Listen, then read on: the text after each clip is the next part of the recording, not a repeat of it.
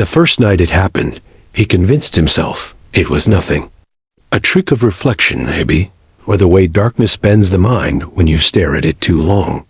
But deep down, in the quiet place he didn't like to visit, he knew the truth immediately. Something had been standing outside his window, watching him breathe. Asterisk, he didn't notice it at first. He was lying in bed, scrolling mindlessly on his phone, the blue glow painting weak shadows across the ceiling. The room was quiet, except for the distant hum of traffic and the slow, uneven rhythm of his own breath. At some point, without any clear reason, he felt the urge to look up. Not toward the door, not toward the clock, toward the window. Asterisk, that was the strange part. The feeling didn't arrive like curiosity. It came like a command. Asterisk, his eyes lifted, and for a second, his brain refused to understand what it was seeing.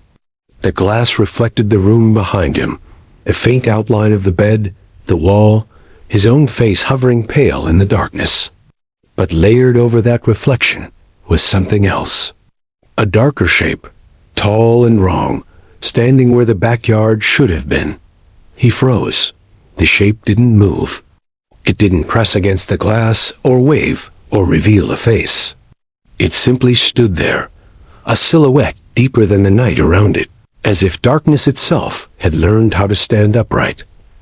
Asterisk, his heart hammered so hard it felt loud enough to be heard outside. Slowly, carefully, he reached for the lamp on his bedside table. His fingers trembled as they found the switch. Light flooded the room. The window showed nothing but glass, the faint smear of dust, and the empty backyard beyond.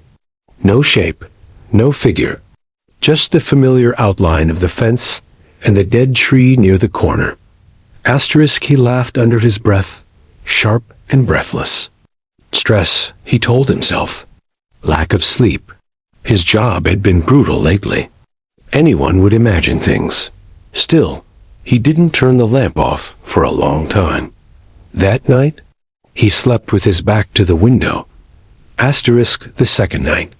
He forgot about it. Asterisk, that was what frightened him later, when he thought back on it.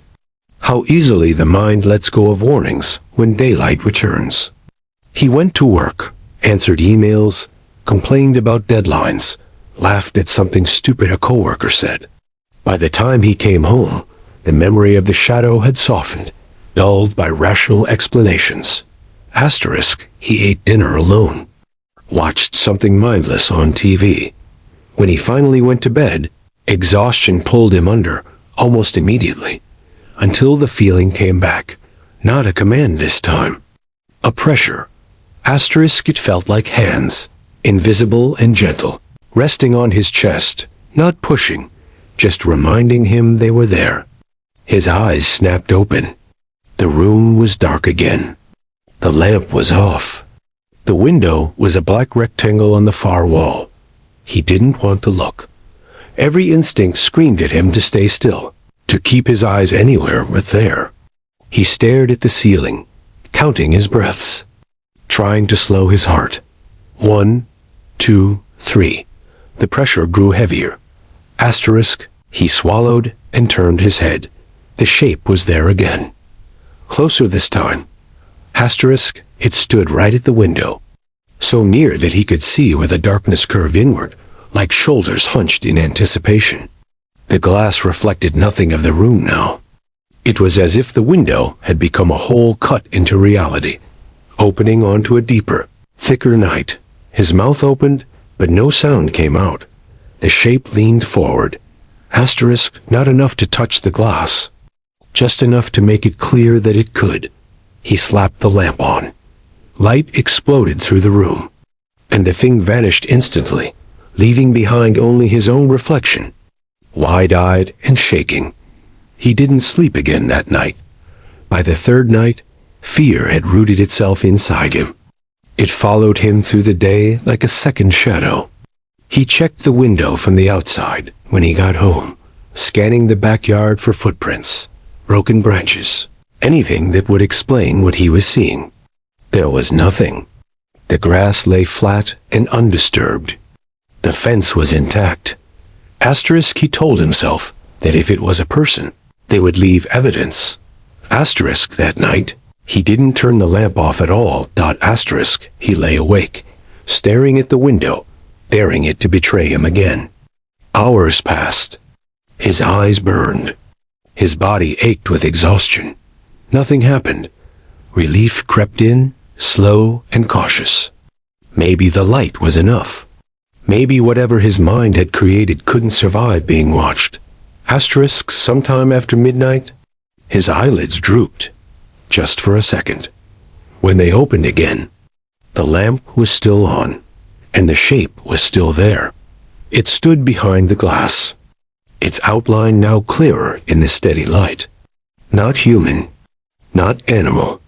Its proportions were wrong, elongated, as if someone had taken a person and stretched them upward until they forgot how they were meant to be shaped. Asterisk, the worst part wasn't its form.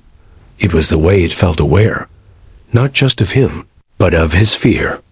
As if the thing was feeding on it, savoring it, letting it grow richer with each passing second. The lamp flickered.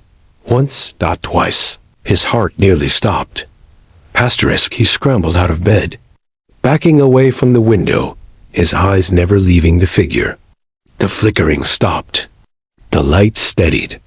The shape didn't move. Asterisk, he didn't know how long he stood there, shaking, until the first pale hint of dawn crept into the sky. As the darkness thinned, the shape did too, fading until it was nothing more than a trick of shadow. Asterisk, then it was gone. He called in sick to work that day. He spent the morning searching online, typing frantic phrases into search bars, seeing figures outside window at night. Hallucinations shadow people, feeling watched while sleeping. Asterisk, the results were unhelpful. Sleep paralysis, anxiety, stress-induced hallucinations. Conditions that explained everything and nothing at the same time. Asterisk, one post, buried deep in a forum thread, made his skin crawl. Asterisk, don't look away. It read, they don't like being ignored. And they don't like lights. Asterisk, there was no explanation. No follow-up. He closed the laptop. That evening, he moved his bed. Asterisk, dragging it across the floor felt ridiculous, but he did it anyway, repositioning it so the window was no longer directly in his line of sight. He set up extra lamps. He even taped thick cardboard over part of the glass, leaving only a narrow strip uncovered. Asterisk, when night fell, his house felt smaller. The shadows felt heavier. Asterisk, he lay in bed, staring at the wall, listening to every creak and whisper of the building settling. Midnight passed. Then 1. Then 2. Nothing happened. For the first time in days, hope sparked. Then he heard it. A soft sound. Almost polite. Tap. He held his breath. Tap, tap, take came from the window. Asterisk, slowly, deliberately.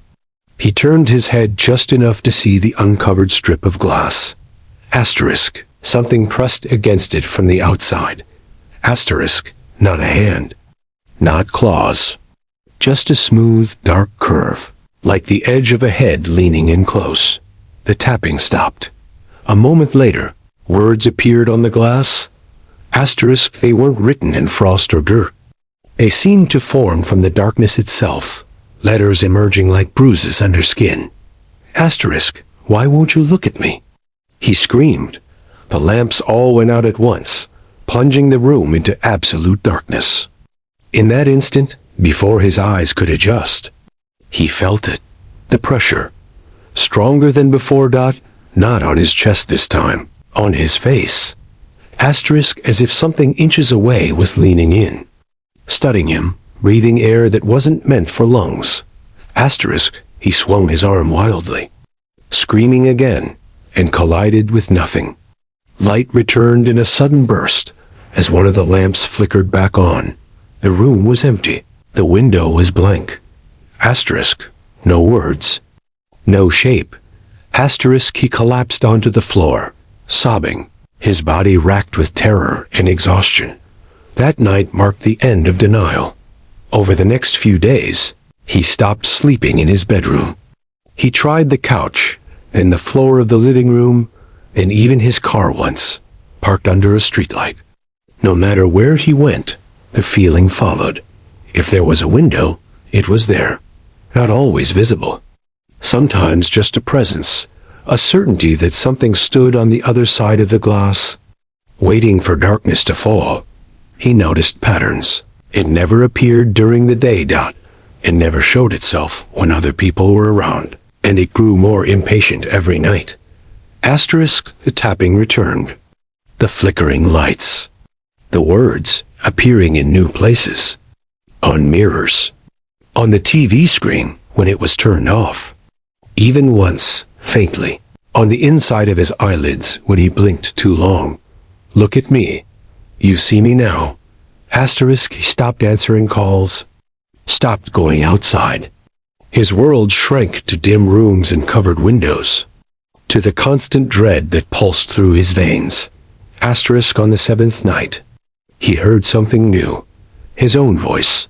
It came from outside the bedroom window. Soft and calm, speaking his name.